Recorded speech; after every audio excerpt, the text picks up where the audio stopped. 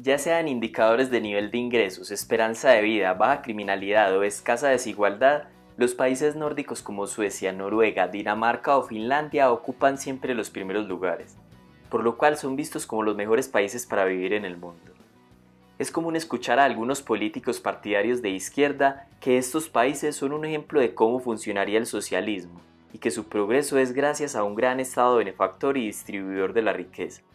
Entonces, siguiendo esta lógica, si un país quiere alcanzar estos resultados es por la vía de generosos subsidios, altos impuestos y gasto fiscal que se llega a dicho nivel de prosperidad.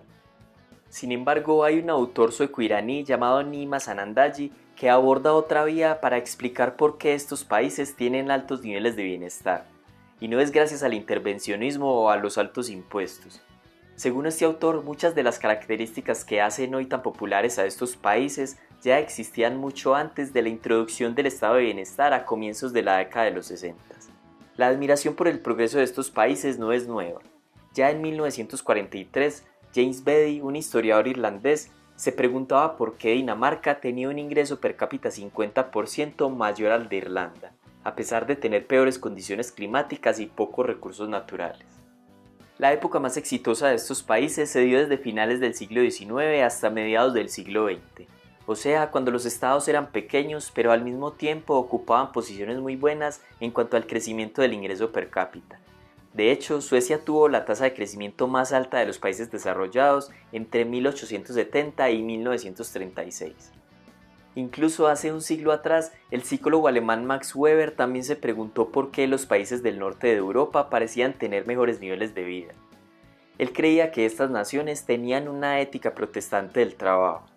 Debido a las condiciones climáticas tan adversas, los agricultores debían trabajar extremadamente duro para sobrevivir. Entonces fue por necesidad que estas sociedades se acostumbraron a una gran responsabilidad individual y al trabajo duro. Adicionalmente, mientras el resto de Europa tenía sistemas feudales donde la mayoría de trabajadores no tenía propiedad sobre las tierras que cultivaban, en los países nórdicos el feudalismo no tuvo mucha influencia. Esto significó que muchos agricultores fueran dueños de sus propias tierras, por lo cual eran sociedades relativamente igualitarias desde esa época. El punto es que el éxito de estos países no es resultado de su gran estado de bienestar y sus altos impuestos, porque estas admiradas variables sociales ya existían previamente. La clave del éxito, según el autor sueco, debe buscarse en las características culturales históricas que han diferenciado a estos países, como la ética del trabajo, la cohesión social y los valores familiares. De hecho, estos valores fueron los que permitieron la introducción de los sistemas de bienestar en los 60. Es decir, a diferencia de otros países, los altos impuestos no incentivaron la evasión y los generosos subsidios no desincentivaron ir a trabajar, al menos al comienzo. Todos estos hechos históricos han sido generalmente ignorados por los partidarios del estatismo nórdico, pero sí hubo una época que se caracterizó por la popularización de ideas socialistas radicales. Países donde la socialdemocracia había sido moderada dieron un giro a la izquierda, sobre todo en Suecia. La idea era reemplazar el mercado por un modelo más afín a la planificación centralizada. En esta gráfica se puede ver cómo el gobierno incrementó los ingresos fiscales totales como porcentaje del PIB. En 1965 representaban el 31%, llegando a un máximo de 49% en 1987. En cuanto a los impuestos sobre los ingresos de las personas, pasó del 15% en 1965 al 19% en 1989. Durante este periodo parece que se hubiera empezado a consumir de alguna manera el capital acumulado previamente. Ese capital social, característico de las sociedades escandinavas, empezó a verse afectado debido a las altas cargas impositivas.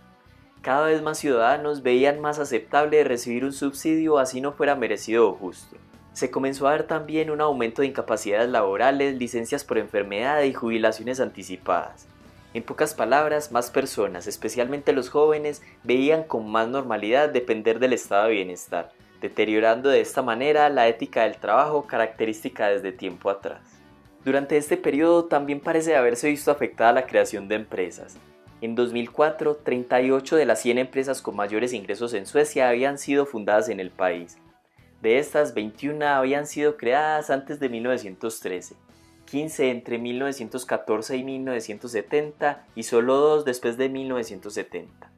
Compañías como IKEA, Volvo, Scania, Ericsson o Tetra Pak fueron fundadas en este periodo.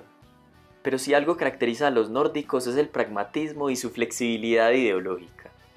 El excesivo crecimiento estatal, que elevó el gasto público a niveles muy altos, llevaron a estos países a implementar reformas más liberales para restablecer de alguna forma las fuentes del progreso. En Suecia, Finlandia y Dinamarca, el gasto público como porcentaje del PIB, el cual proporciona una idea del tamaño del gobierno, se ha venido reduciendo desde 1995. A excepción de Noruega, que parece no tener necesidad debido a sus enormes ingresos petroleros. Por otro lado, estos países están lejos de ser socialistas, o sea, caracterizados por un gobierno propietario de los medios de producción. Por el contrario, son garantes de la propiedad privada, han llevado a cabo privatizaciones de todo tipo, tienen mercados laborales flexibles y respetan en general las libertades individuales.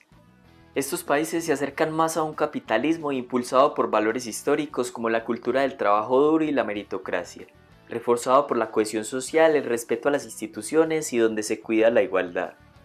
Si miramos el índice de libertad económica de 2020, Dinamarca es un país tan liberal como el Reino Unido, Finlandia casi tan libre como Estados Unidos y Suecia y Noruega tienen índices de libertad similares al de Alemania.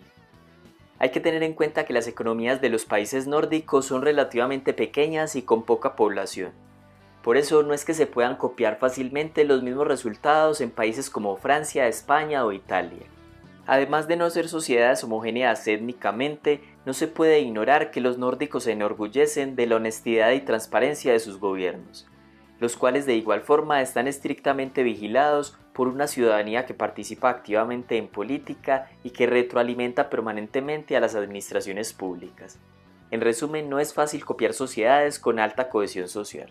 Un dato interesante que presenta Nima Sanandaji en su libro es que Estados Unidos cuenta con unos 12 millones de ciudadanos cuyos ancestros emigraron desde los países nórdicos.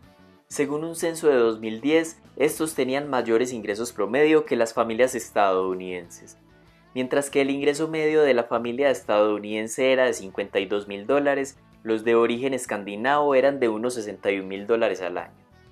El tema es que este país no tiene tantas prestaciones sociales y cuenta con impuestos más bajos. Otra razón para pensar que lo que hace exitosos a los nórdicos en el progreso no es su estado de bienestar, sino una fuerte ética protestante del trabajo y las variables mencionadas previamente. Si un gran estado fuera necesario para generar progreso, países con sectores públicos relativamente más pequeños como Islandia o Suiza no serían igual o más prósperos que los nórdicos según el índice de desarrollo humano y el ingreso per cápita. ¿Estás de acuerdo con estos planteamientos? ¿Qué tanto influye el Estado en controlar la desigualdad? ¿Qué podrían aprender los demás países de los nórdicos? Deja tu opinión en los comentarios y gracias por ver el video.